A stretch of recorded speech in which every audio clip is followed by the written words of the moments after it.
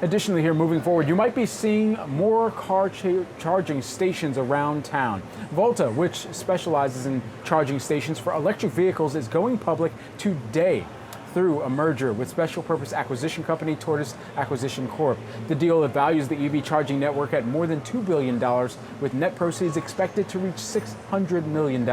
And joining us now from the New York Stock Exchange is Scott Mercer, Volta's CEO. Congrats on the deal. Scott, how will this merger move the company forward towards some of those goals that you've set forth?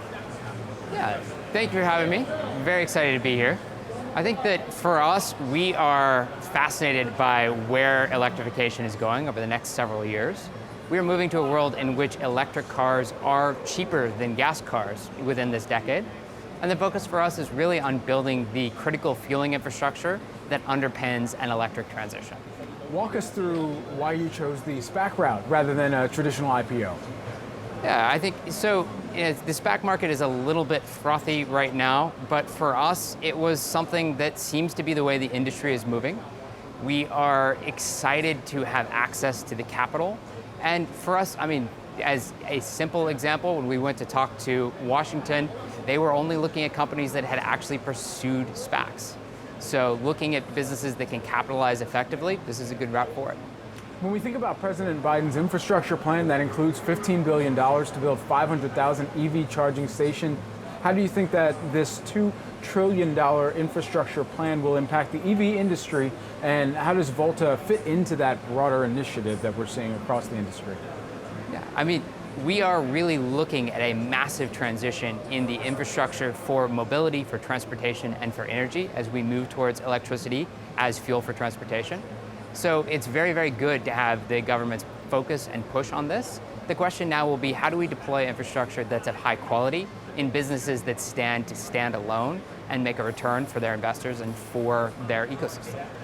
What are the biggest kind of areas where we still need to address how consumers will be able to not just purchase cars, but make sure that the infrastructure supports their charging needs as well? And how do you, at the team over there, how do you work on quelling some of those concerns from the consumer perspective?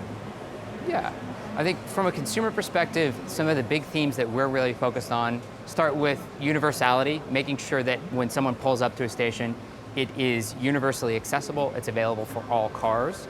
That reliability, that these things are critical fueling infrastructure, they are charging stations that people need to move around, so they need to be as reliable as possible.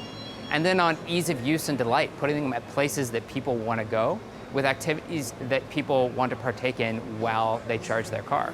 You don't want to be sitting in your car in a parking lot playing with your phone. You want to be somewhere that you might want to go have a meal, get groceries, go to an entertainment venue, go see a movie even. Certainly. One of the goals from the White House has been having 50% of new car sales be electric by 2030.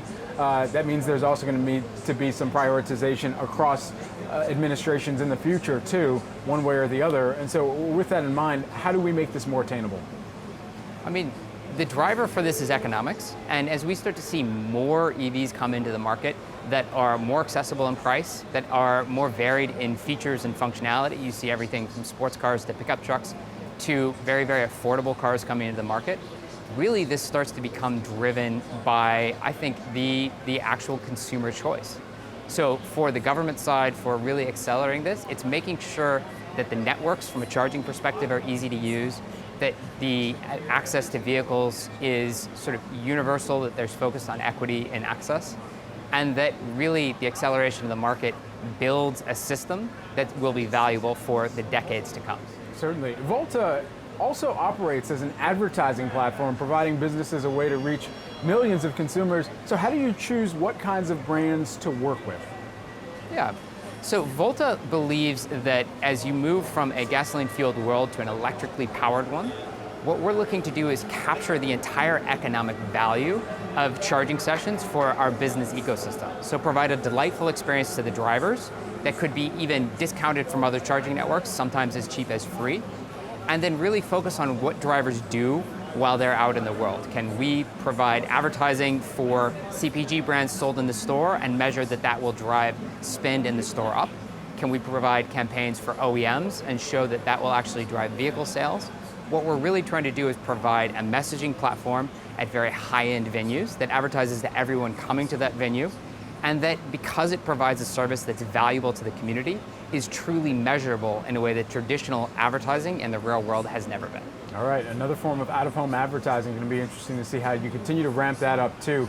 And when you think about what's next for Volta, considering that you've got an advertising line of business and business unit, but then you also have, of course, the broader charging initiative, what other projects are being worked on right now, or being brainstormed and perhaps accelerated? I mean, for us, really, this is about building the infrastructure network across the country with our partners. Our focus has been on how EV charging can create economic value for the properties we partner with, for the advertisers, and really ultimately create a dependable, reliable, very valuable charging network for the drivers.